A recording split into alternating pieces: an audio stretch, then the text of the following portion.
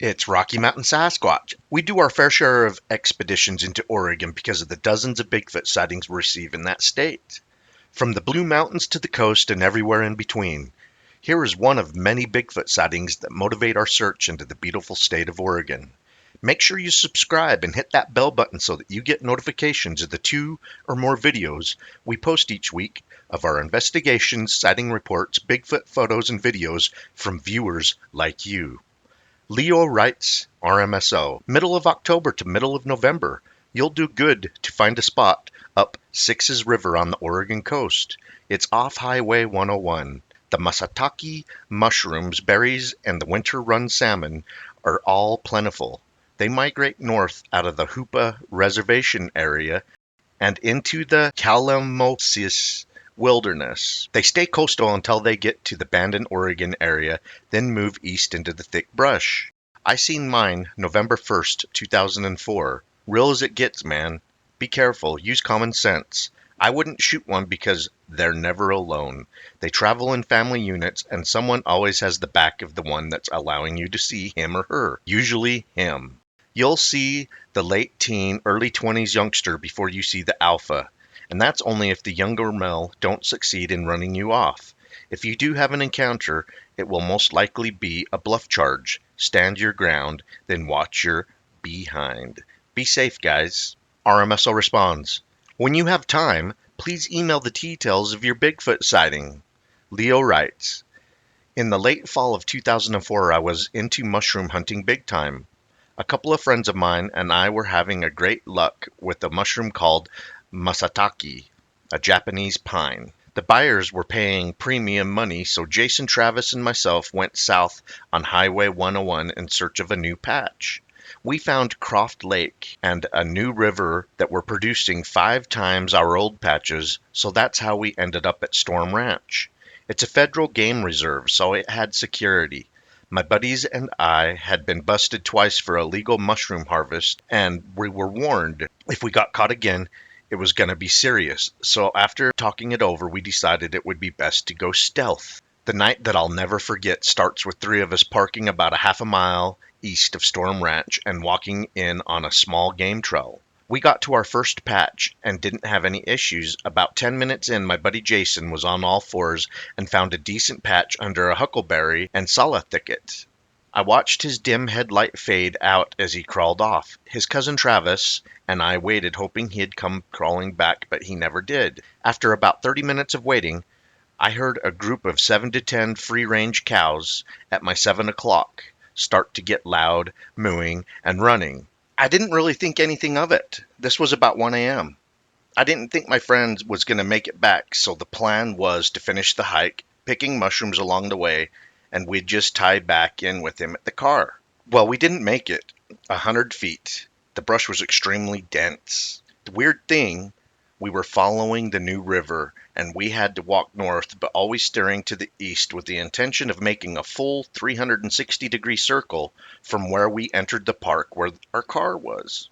The cows sounded panicked. They almost stampeded at this point, and I realized they were scared of something behind them, and also didn't want to come near Travis and I.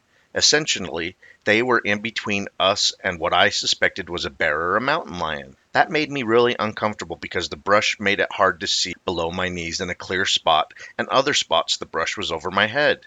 So at this point, I made it clear to Travis we had to get out of there. We had to get to the car as soon as we could. 3 more times before I got to the road, I heard those cows, and every time it was at my 7.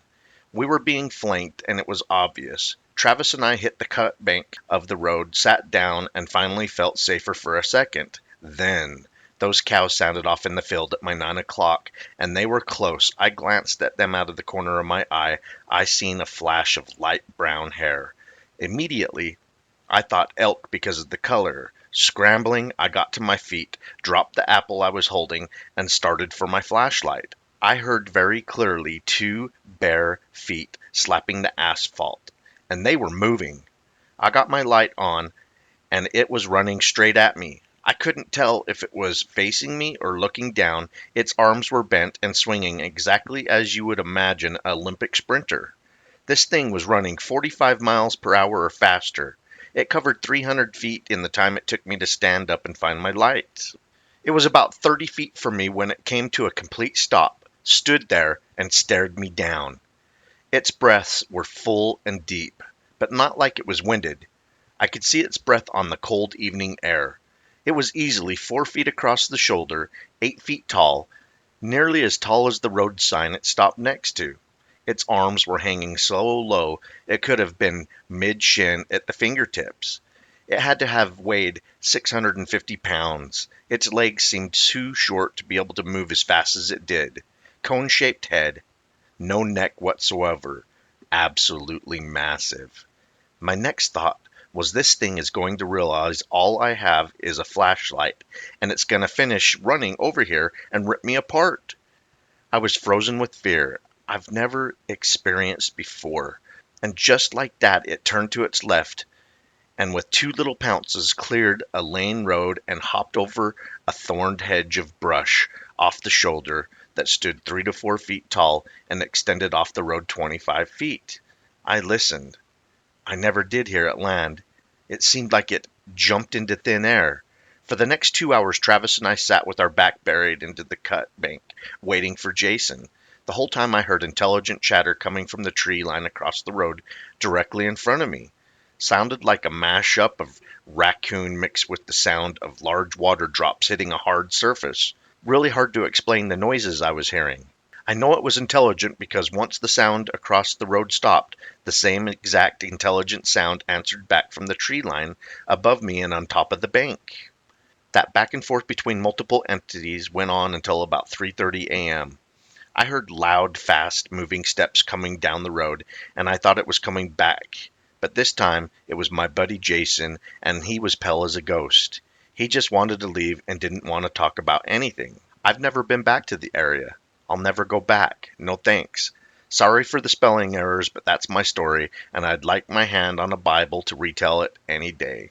Bless you guys, and happy hunting. Be safe. Appreciate hearing from you, Leo. We have done at least 2 Bigfoot expeditions near certain rivers in Oregon during salmon runs because of sighting reports of the creature taking salmon from fishermen or simply being spotted near the river during that time. The intelligent-like language communication you heard from the 2 possible Bigfoot individuals is something our team has also heard on a couple of occasions. One of those times was while we were documenting a really nice trackway of Bigfoot impressions in the snow and heard what sounded like 2 individuals communicating in a language foreign to us on a large cliff terrace of forest above us.